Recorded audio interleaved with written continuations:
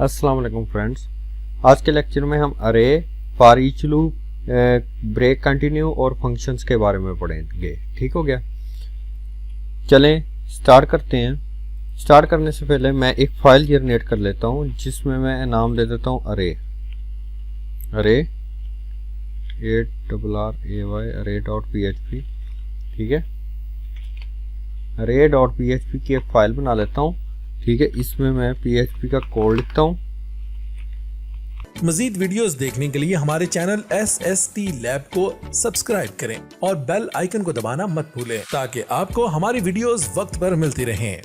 ठीक है, अरे क्या होता है, एक ही टाइप का डेटा जब एक से ज़्यादा वेरिएबल बन रहे हो तो आप इसके अरे का यूज़ कर सकते हैं। अरे में क्या होता है कि आप एक ही टाइप का डेटा एक से ज़्यादा इंडेक्सेस बना के रख सकते हैं। ठीक है, इसके लिए हमें क्या करना पड़ता है कि हम यहाँ पे कोई वेरिएबल जनरेट करते हैं PHP में, जैसे AR या किसी भी नाम से कार्स लिख देता हूँ।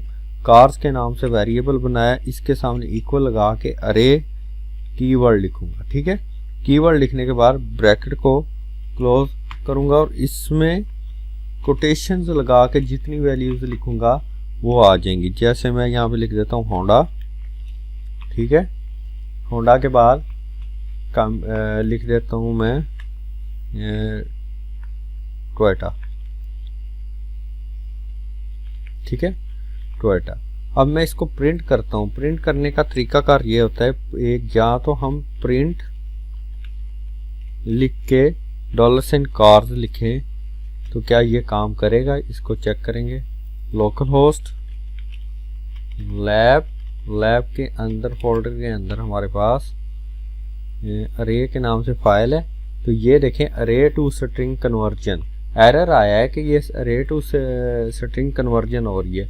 आपकी अरे का डेटा कभी भी इस तरह शो नहीं होता। यहाँ पे होते हैं इनके नंबर्स, ये होता है इंडेक्स नंबर, इनको इंडेक्स कहते हैं। ये 0 नंबर होता है, इंडेक्स हमेशा 0 से शुरू होता है।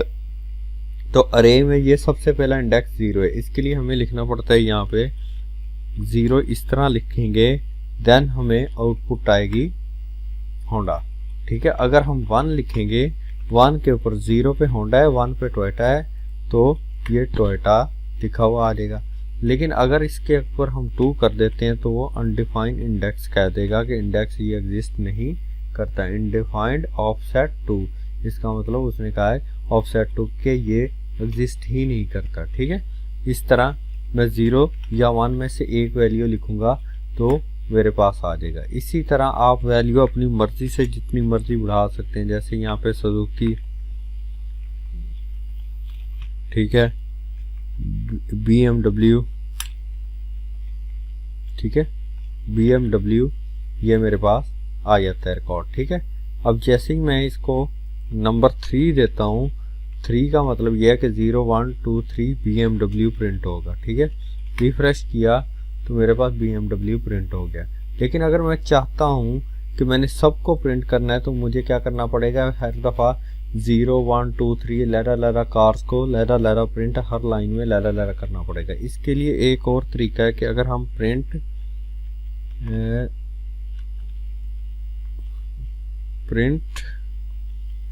F करके देखते हैं क्या ये काम करती है।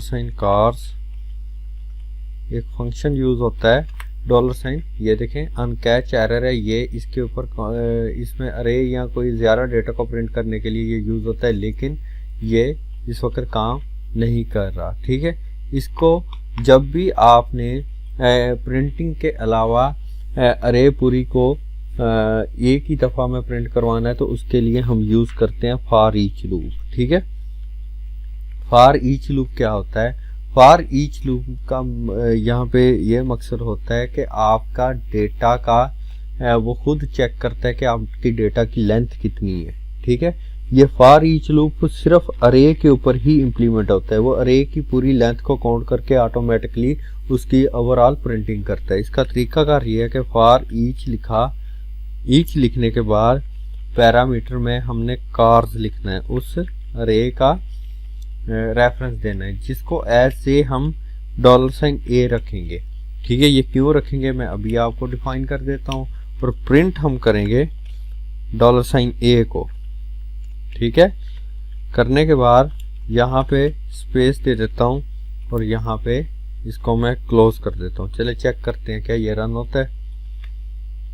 रिफ्रेश किया, ये देखें होंडा, टोयोटा, सुजुकी, BMW सारे नाम आ गए। अब होता ये है कि फॉर ईच लूप का काम होता है कि हर एक इंडेक्स से जो एज ए वेरिएबल हमने इस्तेमाल किया तो हर दफ़ा उसे वो वैल्यू दे देगा। जैसे कार्स में से पहले इंडेक्स पे होंडा पड़ा है, उसने पहली दफ़ा ए को होंडा दिया, ए प्रिंट किया, दोबारा वापस आया, उसने इंडेक्स चेंज करके टोयोटा दिया, ए को ए ने प्रिंट किया। उसके बाद कार्स ने सुजुकी इंडेक्स का डेटा सेकंड इंडेक्स जो बनता है 0, 1, 2, ये जो सेकंड इंडेक्स बनता है इसका डेटा ए को प्रोवाइड किया, इसने ए को भी प्रिंट कर दिया। इसी तरह BMW जो है इसका थर्ड इंडेक्स बनता है, तो थर्ड डेटा यहाँ पे दिया, ये प्रिंट कर दिया। अब उसको नेक्स्ट इसका इंडेक्स नहीं मिला, ठीक है, तो उसने इसको प्रिंट नहीं किया। ठीक है, इस मतलब कि फॉर ईच लूप से इस तरह हम अरे का कंप्लीट डेटा प्रिंट करवा सकते हैं। इसको हम फॉर लूप में या वाइल लूप या डू वाइल में लगाएंगे तो हमारे लिए मसला होता है कि हमें नहीं पता होता है नंबर ऑफ इंडेक्स कितने हैं।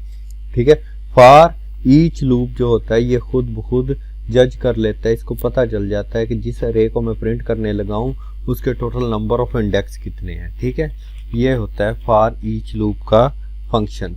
अब नेक्स्ट मैंने आपको जो चीज़ लास्ट लेक्चर में नहीं करवाई वो ये थी कि अगर लेट्स सपोज कहीं पे आपने वाइल लूप लगाया हुआ है या लगाया हुआ है, वाइल लूप के अलावा फॉर लूप लगाया हुआ है, जैसे फॉर लूप एक लगाया हुआ है आपने, ठीक है, i is equal to 0, i is less than i is equal to 0, i is less than 500, i plus plus करता जाए और प्रिंट आप कर देते हैं, प्रिंट $i, ठीक है, और इसके आगे कोटेशन लगा के स्पेस लगा के यहाँ पे इंटर कर देते हैं, रिफ्रेश करते हैं तो मेरे पास ये i 0 से लेके 499 तक शो हो रहा है। लेकिन मैं चाहता हूँ कि जहाँ पे मतलब कि अगर इसको मैं 10 कर देता हूँ, अगर इसमें से कोई ऐसा नंबर, या मैं एक कंडीशन लगा देता हूँ कि इफ़ $i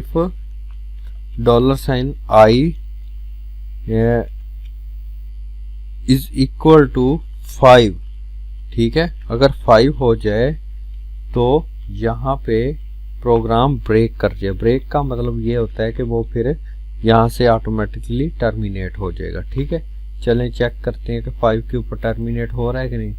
ये देखें 0, 1, 2, 3, 4, 4 के बाद 5 के ऊपर ये टर्मिनेट हो जाता है कि 5 के ऊपर जब आपने लूप को कहीं ऐसी कंडीशन में रखवाना हो, किसी भी लूप वाइल, डू वाइल या फॉर लूप को, तो हम ब्रेक का यूज़ कर सकते हैं कंडीशन को यूज़ करते हुए। ठीक है, अगर आप चाहते हैं कि नहीं मतलब कि ये ब्रेक ना करे, कंटिन्यू का कीवर्ड यूज़ करते हैं, कंटिन्यू का कीवर्ड यूज़ करते हैं तो देन वो उसको चेक करने के बाद आगे कंटिन्यू कर देगा। ये होता है हमारा कंटिन्यू और ब्रेक का कीवर्ड, ये किस तरह काम करता है। ठीक है, उसके बाद हमारे पास आ जाते हैं फंक्शन, और PHP में सबसे इम्पोर्टेंट मतलब कि इस वक्त टॉपिक है फंक्शन। फंक्शन क्या होते हैं, चलें डिस्कस कर लेते हैं।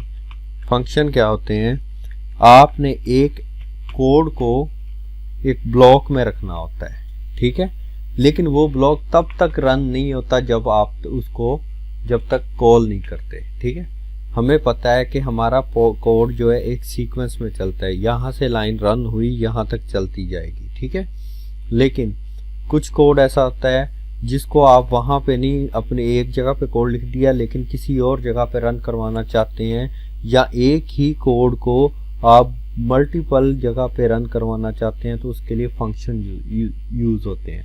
फंक्शन बनाने का तरीकाकार क्या है, हमें लिखना पड़ता है फंक्शन।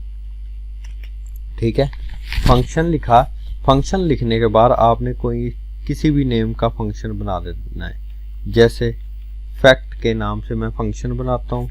इसके आगे ये ब्रैकेट लगाऊंगा और बॉडी लगाऊंगा, ठीक है। इसमें मैं लिख देता हूँ प्रिंट इट्स वर्किंग, ठीक है। मैंने रिफ्रेश किया, मुझे कोई यहाँ पे आंसर नहीं मिला। क्यों?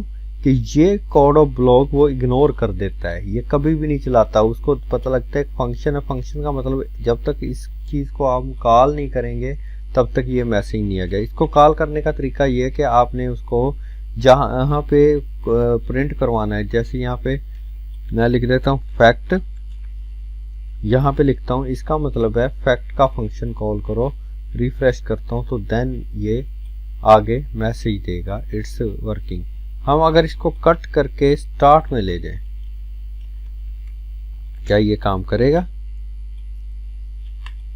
ठीक है, ये देखें इट्स वर्किंग स्टार्ट में आ गया। अब क्या काम होता है, इसका तरीकाकार क्या होता है कि जब हमने इसको कॉल किया, जब प्रोग्राम आया, उसने इस लाइन को देखा, यहाँ पे फंक्शन पड़ा है, उसने डायरेक्ट जंप किया इस फंक्शन के ऊपर। यहाँ पे उसने इसके अंदर बॉडी के डेटा को रन किया, बॉडी के डेटा रन करने के बाद दोबारा वापस आया। इसके बाद इसके कोड को यहाँ पे चलाना शुरू कर दिया तरतीब में। लेकिन फंक्शन जो होता है ये जहाँ पे कॉल होगा वहीं पे मतलब के प्रिंट होगा। अगर आप फंक्शन को पहले कॉल कर देते हैं और फंक्शन को एंड पे बनाया हुआ है तो वो ये वहाँ से जंप करके वहाँ चला जाएगा और डेटा ला के प्रिंट कर देगा। अगर आपने फंक्शन ऊपर बनाया हुआ है और कॉल नीचे किया हुआ है तो वो उस पोर्शन को इग्नोर करेगा। जब फंक्शन कॉल के ऊपर पहुंचेगा उसको देखेगा और जंप करके वापस जाएगा और वहाँ से डेटा निकालेगा, फंक्शन की बॉडी का डेटा ला के दोबारा वहाँ पे प्रिंट कर देगा। ये इस तरह काम कर रहा होता है। फिर हम इसको मल्टीपल प्लेसेस पे भी यूज़ कर सकते हैं। जैसे एक ही फंक्शन है, ठीक है, एक ही फंक्शन को हम मल्टीपल प्लेसेस के ऊपर प्रिंट कर सकते हैं। लेट्स सपोज इसी को मैंने कॉपी किया, मैंने यहाँ रख दिया कि जहाँ पे मेरी अरे कॉपी हो रही है उसके बाद भी, और जहाँ पे मेरा एंड हो रहा है उसके बाद भी यूज़ हो जाए, तो ये तीन जगह पे आ जाएगा it's working, it's working, it's working. क्यों? मैसेज तो मैंने एक जगह पे लिखा है, लेकिन ये तीन जगह पे क्यों आया कि तीन जगह पे ये बार बार कॉल होता है। ये फंक्शन का ज़्यादातर इस्तेमाल वहाँ पे किया जा सकता है जहाँ पे आपकी रीयूजेबिलिटी बहुत ज़्यादा हो, कि एक ही चीज़ को आपको बार बार ज़रूरत पड़े तो वहाँ पे हम फंक्शन को यूज़ कर सकते हैं। ठीक है, अब जैसे मैं यहाँ पे लिख देता हूँ, मैं एक जगह पे करूँगा उबैदुर्रहमान, नाम चेंज किया एक जगह पे, लेकिन ये तीनों जगह पे अपडेट हो जाएगा उबैदुर्रहमान, उबैदुर्रहमान, उबैदुर्रहमान। फंक्शन का ये फ़ायदा होता है। नेक्स्ट क्लास में हम फंक्शन को डिटेल में करेंगे, पैरामीटर और रिटर्न टाइप किस तरह यूज़ की जाती है, किस तरह हम एक फंक्शन की थ्रू कैलकुलेशन कर सकते हैं, कोई एडिशन का कैलकुलेटर बनाना हो, कोई चीज़ भी बनानी हो वो किस तरह हम बना सकते हैं। पैरामीटर क्या होते हैं, आप फंक्शन को वैल्यू कैसे भेज सकते हैं, उसमें कैलकुलेशन के बाद उसको रिटर्न टाइप किस तरह दे सकते हैं। इंशाल्लाह ये हम अगली क्लास के अंदर डिस्कस करेंगे। अल्लाह हाफिज़।